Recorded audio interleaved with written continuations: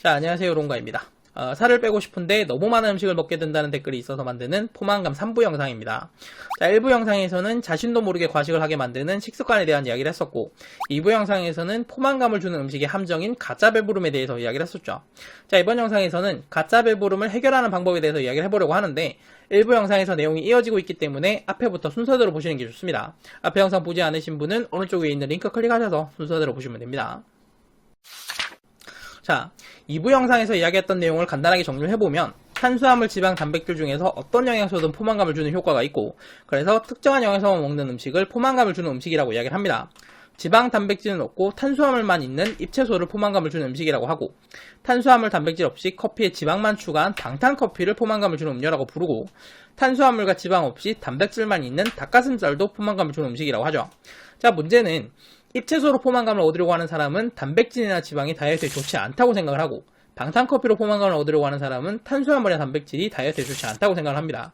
자, 그래서 저런 식단을 하는 상황에서 음식이 더 먹고 싶은 공복감이 생기게 되면 원래 먹고 있던 음식을 더 많이 먹어서 그 공복감을 해결하려고 해요. 이게 문제가 되는 겁니다.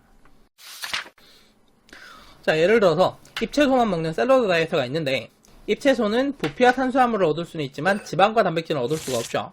일단 탄수화물, 지방, 단백질 세 가지 중에서 하나라도 충족이 되면 포만감이 생기기 때문에 샐러드 다이어트 식단도 초기에는 포만감이 상당한 식단입니다. 자, 그런데 시간이 지나면서 점점 지방과 단백질 부족으로 인한 공복감이 생기게 돼요. 분명히 샐러드를 충분히 많이 먹었는데 뭔가 먹고 싶다는 느낌이 드는 거죠.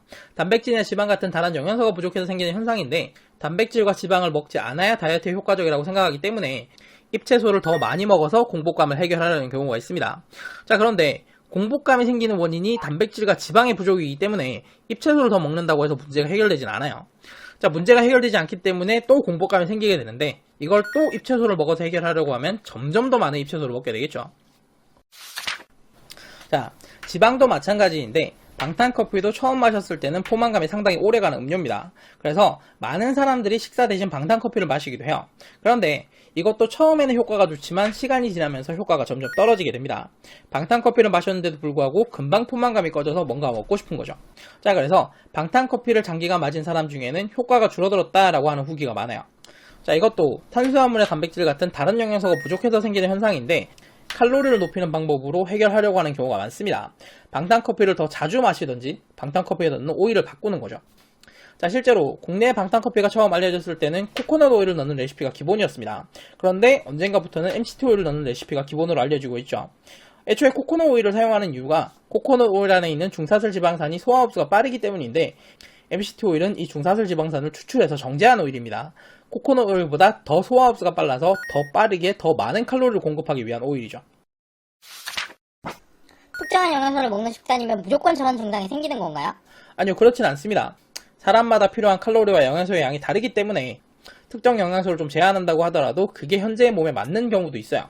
실제로 몸에 체지방이 굉장히 많은 경우에는 지방을 좀 억제하는 식단을 먹는다고 하더라도 문제가 없죠. 자, 그래서 지금 내가 하고 있는 식단이 만족스럽고 딱히 문제점도 느껴지지 않는다면 괜찮습니다. 그런데 분명히 많은 양의 음식을 먹었고 배가 부른데도 뭔가가 먹고 싶은 욕구가 있다. 기분 좋은 포만감이 아니라 배가 너무 불러서 기분 나쁜 포만감이 느껴진다. 내가 스스로 생각하기에도 이상할 정도로 많은 음식을 먹고 있다. 이렇게 본인 스스로 이상한 점이 있다면 그게 왜 그런지 확인을 해보셔야 된다는 거예요. 저런 증상이 있다는 거는 식단에 문제가 있다는 거니까요. 확인하는 방법은 단순한데 원래 제한하던 영양소를 약간 추가해서 먹어보시면 됩니다. 자, 예를 들어서 탄수화물을 심하게 제한하는 키토제닉 식단을 장기간 하게 되면 탄수화물에 대한 욕구가 높아지면서 많은 음식을 먹어도 뭔가가 먹고 싶다는 느낌을 받게 됩니다. 자, 그런데 키토제닉에서는 탄수화물을 제한하도록 하고 있기 때문에 탄수화물을 더 먹기보다는 더 많은 고기나 지방을 먹거나 식사 사이사이에 키토 간식이라고 하는 전용 간식을 먹는 경우가 많아요. 애초에 충분한 양의 식사를 했다면 간식에 대한 욕구가 없는 게 정상인데 전용 간식이 있다는 시점에서 약간 이상하죠. 자, 심한 경우에는 한 끼에 500g의 고기를 먹는 경우도 있는데 이런 사람에게 원래 먹던 한 끼에 100g의 고구마만 추가해서 먹도록 하면 배가 너무 불러서 원래 먹던 고기의 반도 먹지 못하는 경우가 많습니다. 탄수화물 부족으로 인한 욕구를 더 많은 고기로 억제를 하고 있었는데 탄수화물을 어느 정도 먹어주니까 탄수화물 부족 욕구가 없어지면서 더 많은 고기를 먹을 수가 없는 거죠. 잎채소만 먹는 식단이나 닭가슴살 위주의 식단도 마찬가지입니다. 약간의 지방을 추가해서 먹었을 때 평소에 먹던 양을 먹기 힘들고 평소보다 적게 먹어도 포만감이 충분하다면 지방이 부족해서 생기는 공복감을 잎채소나 닭가슴살로 채우기 위해서 과식을 하고 있었다는 이야기입니다.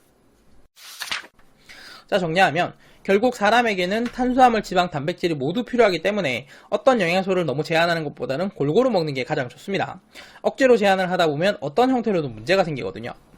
과식 자체가 식습관이 되기도 하고 그 과식으로 인해서 정체기가 생기는 경우도 있습니다. 특정한 영양소를 제한했을 때 정체기가 생긴다는 게 신기한데 정체기에 대해서 좀 더 자세히 알고 싶어요. 자, 정체기에 대해서는 예전에 만들었던 시리즈 영상으로 자세히 다뤘습니다.